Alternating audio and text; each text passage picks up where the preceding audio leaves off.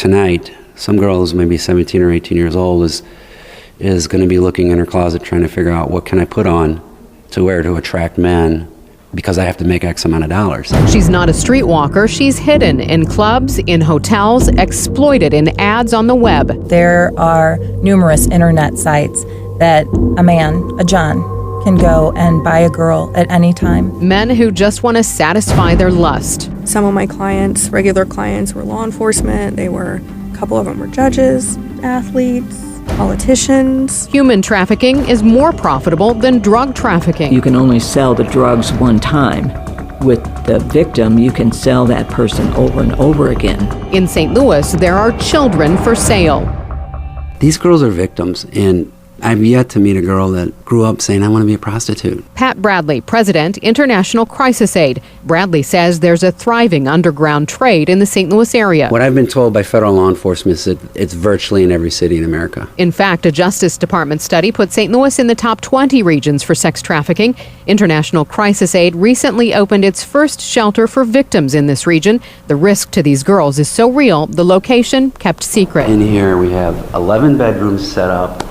Each girl gets her own bedroom. We have a counseling. Bradley gives a tour of one wing of the donated building. The home has room for nearly 24 girls. He doubts that's even scratching the surface. If you know where to go and you check it out online, it's just page after page after page of, let's say it this way, potential victims. But until recently, the term sex trafficking was something few people in this area had heard. It's not like they're walking up and down the streets of St. Louis County, trying to pick up men. So a lot of people just don't see what's happening behind the scenes. So I think they don't think it's an issue. Sergeant Adam Kavanaugh, Special Investigations Unit, St. Louis County Police, and Deputy Commander of the Missouri Internet Crimes Against Children Task Force. The Johns know where to go. Kavanaugh says there's no doubt they know they're buying underage girls. The average age of victims, 13, and investigators have seen much younger, even toddlers. It's blatantly obvious what's being advertised. Especially when a lot of them will have pictures of girls, unclothed. And the way they're worded, a lot of these people don't try and hide it. They're very obvious in what they're doing. These children pay the price for men to have momentary pleasure. A lot of these girls, by the time we've seen them, unfortunately have been brutally beat sometimes, raped. They're held in conditions that are not the most livable conditions. Some of them don't eat but once a day. They're held in hotel rooms and not allowed to leave unless they leave with their trafficker. So mentally, they're really beaten down. And when the cops get too close, these traffickers pick up stakes. One of the things the traffickers do is move victims from place to place, from city to city. Here, of course, it's easy to go back and forth across the river. As head of Hoyleton Youth and Family Services in East St. Louis, Illinois, Cleo Terry trains police and social workers in what to spot. Terry says moving just gives pimps another measure of control over their girls. Before long, the person doesn't even know where she is. Her world comes down to this one manager who controls everything she does from the time she gets up until the time she goes to bed. Who are these girls and how are they trapped? In our next report. Megan Lynch, News Radio 1120, KMOX. I'm an exotic dancer. I wanted to be an actress. I'm an addict. I wanted to be a doctor. I'm being sold for sex. I wanted to be a lawyer. No, they're living my dream. Talk to children about their dreams. If you don't, someone else will. This public service announcement highlights what experts say is common in sex trafficking. Victims lured with the promise of a better life, then kept captive with threats, violence, drugs. It's not truckloads of girls coming from across the border. Police tell KMOX most of the victims they come in contact with are local, some from average families, others from dysfunction. I would say at least 40 to 50% come from being placed in some type of foster care, running away, sometimes being thrown out of the place where they're living. Sometimes that happens repeatedly. Sometimes parents are either incarcerated or not in the picture at all. Cindy Malott sits on a couch in a small, dimly lit counseling room. Malott is the Crisis Intervention Supervisor for the YWCA Regional Sexual Assault Center. I think a lot of traffickers focus on young adolescents who are very vulnerable. Pimps are known to hang out at bus stations, train stations, and airports. They'll offer kids a place to stay, a warm meal, understanding, and acceptance. For a young, vulnerable adolescent who feels like they're on their own or have nowhere to go, That can be just what they feel like they're looking for. It's short-lived. Soon control and isolation begin. She only is allowed to make phone calls when someone else is present, or she's not allowed to make phone calls at all. The victim's often a target of threats. And they've seen the person be violent with other people. They have no reason not to believe wholeheartedly, yes, he knows where my family is. He knows where my grandmother lives. He'll go back and hurt them. He'll kill them. I have to keep my mouth shut. They don't see any point trying to escape. They may be told, fine, you go to the police, tell them what's going on. You're going to get arrested for prostitution. Look, there's all these advertisements for you online where you're obviously prostituting yourself. So go ahead, report me. You're going to go down with me. It's also likely their pimp is pumping them full of drugs. Enhances that dependency because the addiction is there, and that's used as a weapon and a reward for their participation. You heard from Cleo Terry in our first report. As coordinator of the Rescue and Restore Coalition of Southwestern Illinois, Terry has learned getting victims hooked on drugs is insurance. They won't go to police. They would be so intimidated by the thought of losing their supply of drugs that they would be very unlikely to acknowledge that they had been forced into the area of prostitution. All of it takes a toll. The average life expectancy of someone in this sex trade is 7 years. Some become so addicted to drugs, they're no longer sellable, so they're thrown into the streets to end up as an overdose statistic. Others are taken out by violence. I have to earn $1,000 tonight. How many men do I have to see tonight in order to do that?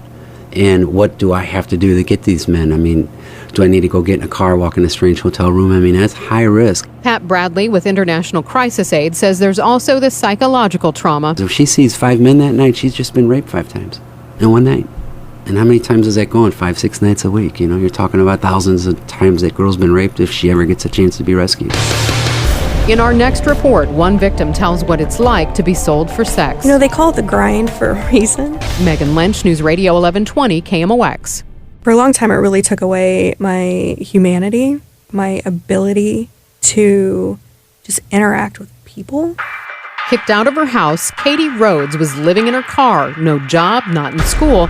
A friend suggested an easy way to make money, be a stripper. And so I did it. I did it with the intention that I was going to go into it for a couple months, and that was it. I was going to make some money, get an apartment, so I can get another job and get out, and that did not happen. A growing drug habit kept her chained. Katie was desperate to find a way out.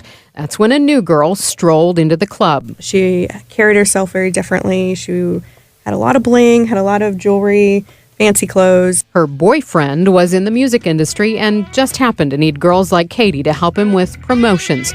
So she joined him in California. At first, was treated like a star. When I got there, it was whining and dining, going to fancy restaurants, going shopping. Soon enough, the party was over. Katie was put to work. I started stripping in the clubs down there with the promise that I didn't have to do anything more than just strip. That promise was quickly broken. The clubs that I worked in were basically brothels. Some of them looked like they belonged in a third world country. She felt like she had no way out, miles away from her family and friends. Within a couple weeks, my cell phone supposedly got stolen, which I know better these days.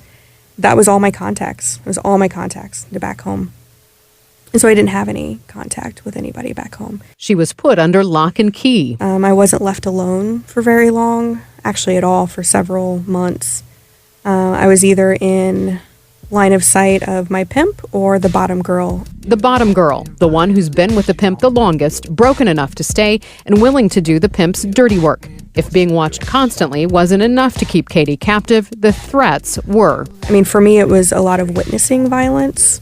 So it became clear very quickly that if I stepped too far out of line, that there was definitely violence around the corner. Katie says her pimp expected a return on his investment. The reality was that we didn't have a choice to say no. Our pimp, we had a quota, we had a $1,000 quota that we had to bring in minimally a night. If our pimp said we're going to a call, we're going to a call. A girl who failed to produce or worse tried to run could be sold to another pimp or wind up in the dumpster. So she did what she was told, working in the club 10 hours a day, on call all night. You know, they call it the grind for a reason. We lived, worked, and slept that club and that work. The Johns, they came from all walks of life. Some of my clients, regular clients, were law enforcement. A couple of them were judges, athletes, politicians. When Katie finally realized it was far riskier to stay than to run, it took her months to get out, to convince her pimp she could be trusted out of his sight. That's when she slipped away, contacted an old family friend, and hid for several days until she could get into rehab in another state. It took me a very long time in rehab to even acknowledge that I was involved in prostitution. I said I was a stripper and that was it. That's all I was. Katie says her pimp still had a hold on her from miles away. At one point, she even called him to apologize for running and ruining his reputation. It took her several years to stop looking over her shoulder. She still carries the scars. Men, for years, and I still have a hard time with this sometimes, but for several years, every man I saw was a trick. Everybody could hurt me. Everybody's motives were impure. So if somebody helped me, it was, what do you want? Today, Rhodes has moved forward. She has her master's degree in social work and is the founder of Healing Action Network, an organization dedicated to helping and empowering survivors like herself. Next time, I could look at the photos of the girls and recognize the hotel that the girls were being sold in. Investigators go to the internet for clues, but that doesn't mean someone's going to jail.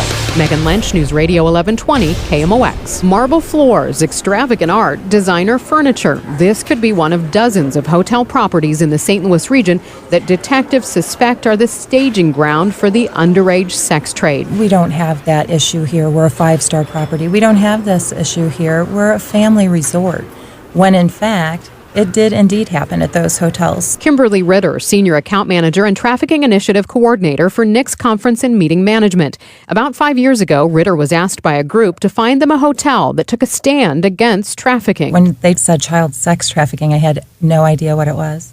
I thought it was something that happened in a third world country. Ritter discovered evidence of it happening across the U.S., not just at the No-Tell Motel. I could look on the internet at a website called Backpage.com, where you can buy a washing machine, you can buy a meat grinder, and you could buy a girl. I could look at the photos of the girls and recognize the hotel that the girls were being sold in. The reaction from big chains was denial. On the lucky occasion, the girls would be posed so that you could see out the window and I could see monuments in the city, including in St. Louis. KMOX News contacted a number of hotels. None returned our phone calls. Ritter found one, the Millennium, willing to train employees on the red flags. Housekeeping may receive a call for fresh towels or fresh sheets. Occasionally, room service may receive a call for ice cream to settle down a younger girl. Her internet research has led her to believe it is a significant issue. It's happening on a nightly basis, and it's not just a few girls. How big is sex trafficking in the St. Louis region? We think it's a little bit more widespread than we've been able to crack, but we really don't know. U.S. Attorney Richard Callahan. So far, most cases have involved just a few victims at a time. I like to think we haven't had those larger prosecutions because it doesn't exist. But it could be we just haven't discovered it yet. Not every suspected trafficker that's been busted has wound up in court. You need the cooperation of the victim. If the victim doesn't believe they're being exploited, it becomes a lot more difficult. We've had prosecutions where the runaway continued to run away on us, and we weren't able to have any confidence that come trial that we'd be able to produce the witness. The agencies who work with victims say there are many things holding them back. For one, the threat of violence or death. Dee Dee Lehman is with Covering House. It's hard for people to wrap their minds around why aren't these men being prosecuted. One big reason is the girls have to come forward and they have to testify and they're scared. Katie Rhodes of Healing Action Network says they're worried about survival. If they don't know where they're going to get their next meal, if they don't know where they're going to put their head down, where they're going to get their baby's formula, they don't care about the prosecution. And experts say they've been brainwashed into believing things are better with their captors. Lara Fallon, social work coordinator at the International Institute in St. Louis, remembers a massage parlor bust several years ago. You could tell that the women had been trained on what to say if they were ever caught by law enforcement. Fallon says it was obvious what was happening. And they all lived in a back room. And you can see that. You could see where they were sleeping, where they were eating. They kept silent. They claimed that they weren't victims, which does happen. And then they were just booked on prostitution, then they were released, and then they were gone. What will it take to expose more sex traffickers in St. Louis when our special report, Children for Sale, concludes? Megan Lynch, News Radio 1120, KMOX.